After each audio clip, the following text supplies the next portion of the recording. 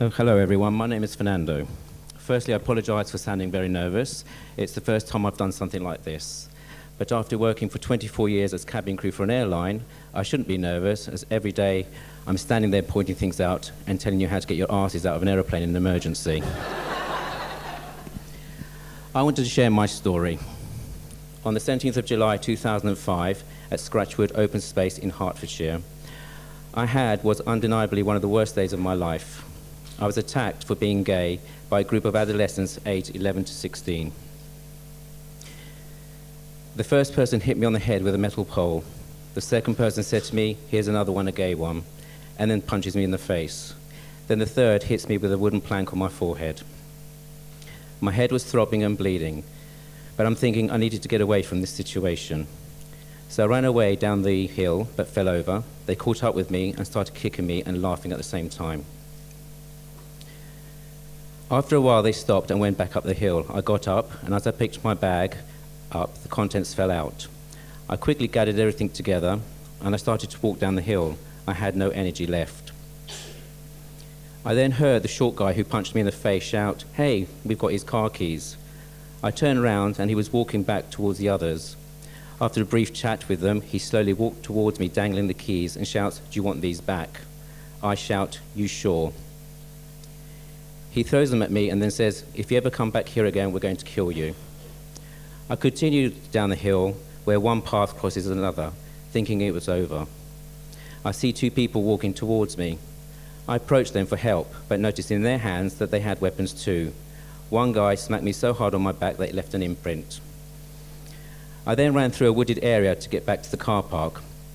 As I got to the grassy area, there was another guy standing there, so I went to him for help. A year later, I had to go to court to testify and relive the entire event again, which wasn't pleasant. They were done for ABH, offensive weapons, and threatening words. The result was 12-month suspension order and compensation of £50 from two of them. I am still waiting for the compensation. For 7 years, I lived in Cambridge with my partner, which I loved very much, but I always knew that we would return to London, because he always said that when he retired, that's what would happen. I don't like London, and the thought of coming back here was upsetting. I hardly have any friends. Family can't be bothered to visit. At work, they're just work colleagues. And of course, I was worried about my safety. Such an incident affects your life forever. I don't like being out at night on my own. I don't wear my headphones at night when I'm walking, as I need to know who is behind me. If I see a group of people in front of me, I cross the road. And I find it very difficult to sort problems out at work, because I know if they're not happy, they're going to raise their voices at me. We have been back in London coming up to 3 years, and I still feel the same at times. Earlier this year, I saw an advert online for GMDC, and I thought that would be a good way to make friends and to learn to dance. And later, they started the choir, so I thought I'd give that a go as well. Joining GMDC has helped me. I've met some amazing people in both dance and choir classes. After classes, I usually go for a drink at the nearest pub, and sometimes I go to the pub too, but always in the back of my mind, I know I have to make my way home alone at night. Although my attack still makes me worried, I try not to let it stop me. At this moment, I'm signed off work with stress and depression, and there was a week when my partner was away, so I was at home on my own, but it was a dance night, and I really didn't want to go. However, I made myself go because I knew it would help me by being with other people, and of course the dancing, and I'm so glad I did. I would like to thank Richard for all the hard work he's done in developing the choir and making me sing my first ever solo. But I would like to personally thank Alex for starting up such a great idea that has helped me, and I'm sure it has and can help many others out there. Thank you both very much, and thank you all for listening.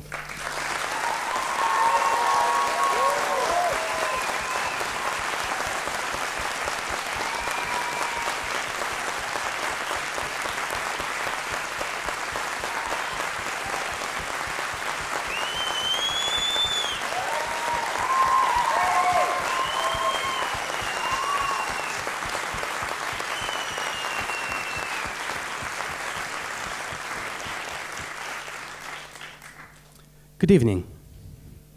My name is Adam. Just a few days ago, we were celebrating World AIDS Day, so I thought it was important to spare a few moments of the show just to remember all the people that we lost to this terrible plague that torn our community apart in the 80s and 90s. I wasn't around at the time, so I can't fully imagine or comprehend the scale, the amount of loss that those who lived through that period really experienced. But that doesn't mean that my generation is in any way immune to the battle with the virus. A couple of years ago, I was diagnosed with HIV myself. The news came at a very miserable time in my life. I went through a nervous breakdown. I got hooked on crystal meth. And worst of all, because I was so sicklish and skinny and my arms were covered with all these needle bruises, I no longer got any attention on Grindr. Ironically, the diagnosis was a turning point in my life. It was an invitation to become healthy and sort myself out. The AIDS epidemic put our community through an era of anguish, and the treatment that is now available allowed us to enter an era of repair. My personal life reflected that narrative. And in my process of self-repair, I found this wonderful place called the Gay Men's Dance Company. The GMDC is so much more than just a dance club. It is a safe place where people can get together without fear of judgment or persecution, a place where they can encourage each other to express themselves through the most flamboyant form of art imaginable. They say that silence is the most important sound in music. And there must be something to it, because the real magic of GMDC takes place when the music dies and lights go off. The real strength of GMDC is built outside the context of these four walls. This place is about community, brotherhood, and friendship. And I am forever grateful to each individual who makes up this group of dancing queens for allowing me to be a part of it.